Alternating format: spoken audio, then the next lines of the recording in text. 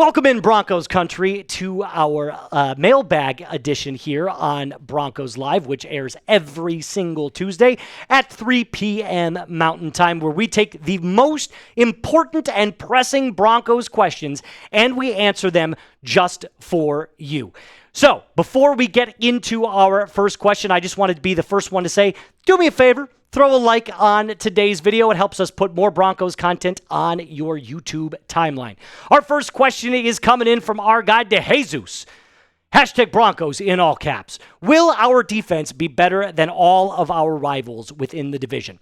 I'm going to tell you this. It's going to be a head-to-head matchup between us and the Chargers. I think we clearly have a more talented roster than the Kansas City Chiefs, and it's not even a question. The Raiders are probably the worst in this division. But last year, with the addition of Jim Harbaugh to the Chargers, I thought they put a lot more emphasis on the trenches, the defensive line and the offensive line. Harbaugh likes to play old school football. So it's going to be a toss-up. I think the Broncos end up having a better pass rush than the Chargers do. I also think the Broncos will end up having a better secondary than the Chargers do. But last year, if it was one thing the Chargers were great against, it was stopping the run. So it's going to be a toss-up between them. But yes, I do think I'll give the slight edge to Denver here in the AFC West.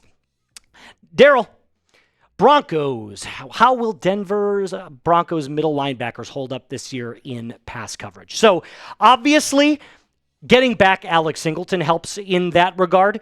And if Dre Greenlaw and Drew Sanders can stay healthy, I think you're looking at a team that can fend for themselves in the passing game.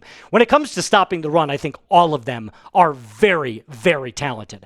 So their linebacking core, while very talented, has a lot of injury concerns. So if you see any number of them go down at any point during the season, that puts a little bit of a question mark, in my opinion, on how well they're going to fare up in the passing game. But I trust Vance Joseph enough to know that he'll make adjustments where he needs to make adjustments. And if the Broncos, pass coverage is not nearly as good as its run-stopping defense, I think you'll end up seeing an adjustment happen midway through the season, whether that be, you bring up a nickel corner or you have a safety like Talanoa Hufanga play up a little bit more and play more towards the middle of the field rather than dropping back in coverage. So any number of different scenarios and play packages could happen, but I think they'll end up doing all right. Emmanuel, how do you feel about the Broncos wide receiver room? Incredibly underrated. I think last year you saw the growing pains of a really young wide receiver room. Now that everybody's a year older, Courtland Sutton doesn't need, any sort of praise. We know what he is. He's an unbelievable wide receiver one.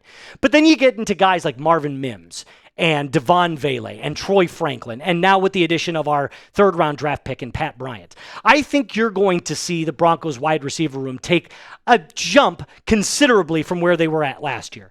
Does that necessarily mean they're a top 10 wide receiver room?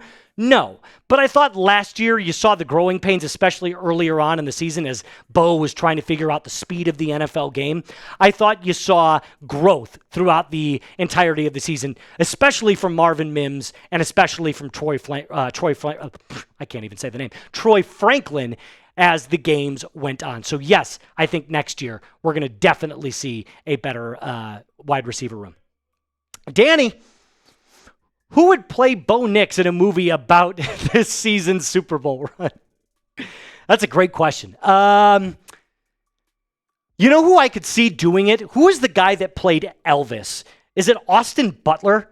I could see Austin Butler doing that. He'd have to shave his head and he'd have to drop that stupid accent that he does where he's he talks way down here, like I'm Mr. Cool Guy. So if he, raised his pitch a little bit and cut his hair, I could see Austin Butler making a Bo Nix play. But that's an excellent question. Way to catch me off guard, Danny. Appreciate you watching. Chase, will the Broncos win 12 games this season? Yes, they will. About a week ago, I came out with a rumors video where I said, I'm going to split the difference and go 11 wins. But the more and more I think about it, the more I trust the fact that the Broncos' running game is going to get better. And the more that I trust that their defense is going to stay healthy, and that definitely got better. I think the high end is 13 wins. I'm going to say 12 wins is right about where you think the Broncos are going to end up. And yes, by the way, they are in contention for a Super Bowl. We're catching this Broncos team at probably their most talented since the 2016 Super Bowl when they absolutely demolished Cam Newton. So I'm really excited to see what this season has in store for us. But at the same time, everything comes down to injuries and how healthy can you stay. And also, is Bo going to get into a sophomore slump? I personally don't think so, but that is definitely a thing in the NFL. You'll see, as more teams get tape on players, they could dip in their production a little bit. And speaking of our players, make sure you support our first round draft pick, Mr. Jahdae Barron, who we took out of Texas. Start shopping immediately with his jersey over at Fanatics. I took this link right here. I put it in the comments and description of today's video. So if you want to get the very best Broncos gear for the 2025 NFL season, make sure you use this link and start shopping today. I've already bought 2 jerseys from Fanatics, by the way. I'm going to be getting my 3rd before the season starts. So make sure, like I said, in the comments and description of this video, you use this link to shop Fanatics today. Aiden, who do you think we play in week 1? So the NFL kind of does this thing where every other year they'll start you off with a non-divisional game, but then they'll start you off with a divisional game the next year. I'm going to say, give me the Raiders. I think a divisional game this year would be a really, really awesome start there for the Broncos. Week 1, going up against Geno Smith and Ashton Jeanty, it'll make for great television, especially with the coverage that Genty's going to get basically for being, according to all the media, God's gift to the running back position. I don't have him nearly as good as a guy like even Saquon Barkley, but the hype around this dude is absolutely insane. And for good reason. He had an unbelievable year. So I'm going to say the Raiders and stake my claim there, but who knows? I hope it's an easy opponent. I hope we start off with a cakewalk so that I can just see some insane numbers from Bo Nix and company. Ethan, what's the chance Harvey goes for 1,000? It's going to be close. I have him just under. I think I had him at my too early prediction at like 945 for rushing yards. I think as a scrimmage yards total, he'll be over 1,000. I think he'll end up with 250 to 275 receiving yards. So somewhere right in the ballpark of 1,175 to 1,200 yards from scrimmage, which, by the way, I don't think any Broncos fan would complain about whatsoever when it comes to, his rookie season. As long as it's better than it was last year, and let's be honest, Javonte Williams wasn't doing us any favors. This running back room was one of the worst in the NFL. Everything can't be roses and what's the phrase? Roses and clouds. I don't know what I'm saying. There's a phrase about there with roses. I'm getting them all confused right now. But that was one of the weak points last year along with the tight end room. So I think he's close to 1,000 yards. I'm going to take the slight under and go 945. But I appreciate your question, Ethan. Alberto, rumors are we might trade for Trey Hendrickson. Is it true? No, I don't see it happening. And here's why. The Broncos' pass rush is unbelievable already. You mean to tell me that I'm not saying it wouldn't be electric. That might be the greatest pass rush we've ever seen if you were to add a player like Trey Hendrickson, who, by the way, had 17 and a half sacks last year. But the Broncos were number 1 in sacks in 2024 with 63.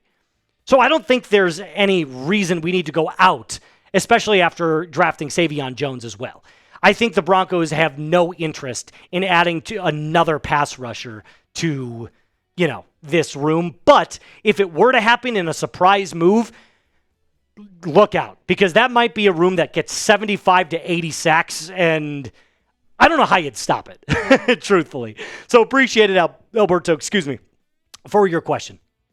David, will having such an elite secondary help Knicks improve? Yes, and here's why. Offense and defense, in terms of time on the field, are both vastly different. Offenses want to stay in the groove. It's all about how you're feeling in terms of momentum and energy with offense. So the faster you can get onto the field to stay in that groove, the better. Defenses, it's more about effort. It's more about understanding energy. It's more about press and strength and, patience. So defense is one of those where you want to be off the field and get as much rest as possible. It's the age-old cliche. You never want to go 3 and out so that your defense is flipped right back onto the field.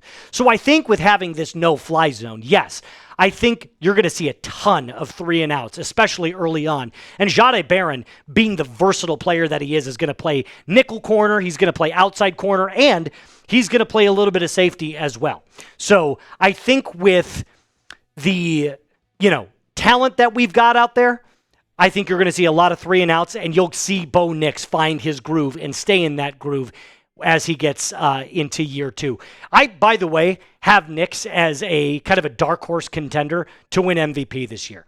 I know that might sound a little out there, but if last year was any indication, the only player that you could say, without a doubt objectively had a better year than him was Jaden Daniels. He was better than Caleb Williams. He's better than Drake May, and he's better than Michael Penix, who granted only played 4 games.